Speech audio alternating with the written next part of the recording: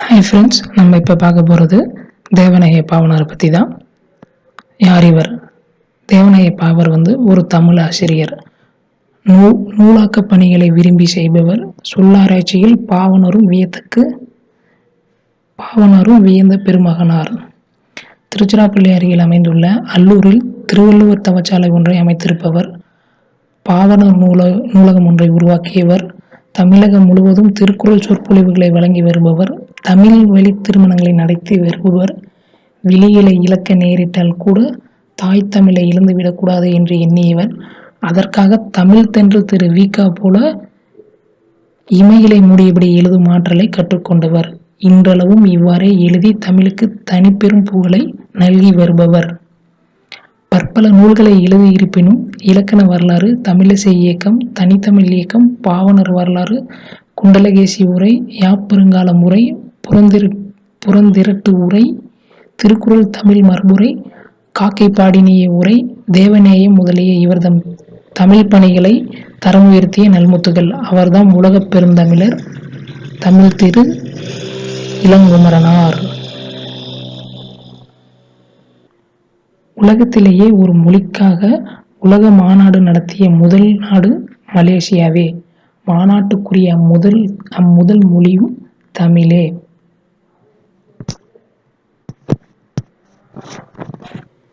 இரட்டுற மொழிதல். ஒரு சொல்லோ சொற்றொடரோ இரு பொருள்பட வருவது இரட்டுற மொழிதல் அணி எனப்படும். இதனை சிலேடை அணி என்றும் அழைப்பர். செய்யுளிலும் உரைநடையிலும் மேடை பேச்சிலும் சிலேடைகள் பயன்படுத்தப்படுகின்றன. நூல்வெளி.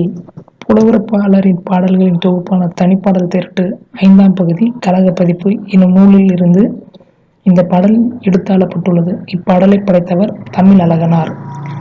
சந்த கவிமணி என குறிப்பிடப்படும் தமிழ் அழகனாரின் இயற்பெயர் சண்முக சுந்தரம். இலக்கண புலமையும் இளம் வயதில் செய்யுள் இயற்றும் ஆற்றலும் பெற்ற இவர் 12 சிற்றிலக்கிய நூல்களை படைத்துள்ளார். முதல் தமிழ் கணினி. தமிழ் மறையான திருக்குறளை தந்த திருவள்ளுவர் பெயரில் முதல் தமிழ் கணினி 1983ஆம் ஆண்டு செப்டம்பரில் DCM டேட்டா புராடக்ட்ஸ் என்னும் தனியார் நிறுவனம் உருவாக்கி விற்பனைக்கு கொண்டு வந்தது. இக்கணினியில் முதல் முறையாக தமிழ் மொழியிலேயே விவரங்களை உள்ளீடாக செலுத்தி நமக்கு தேவையான தகவல்களை வெளியீடாக கணினியிலிருந்து பெற முடிந்தது. இந்த கணினி தமிழ், ஆங்கிலம் ஆகிய 2 மொழிகளையும் கையாளக்கூடியதாக அமைந்தது. சென்னை தேனாம்பேட்டையில் இருந்த புள்ளி விவரத்துறை அலுவலகத்திற்கும் தலைமைச் செயலகத்திற்கும் கோப்புகளையும் செய்திகளையும் பரிமாறிக்கொண்ட முதல் நேர்வழி கணினியும் திருவள்ளுவரே.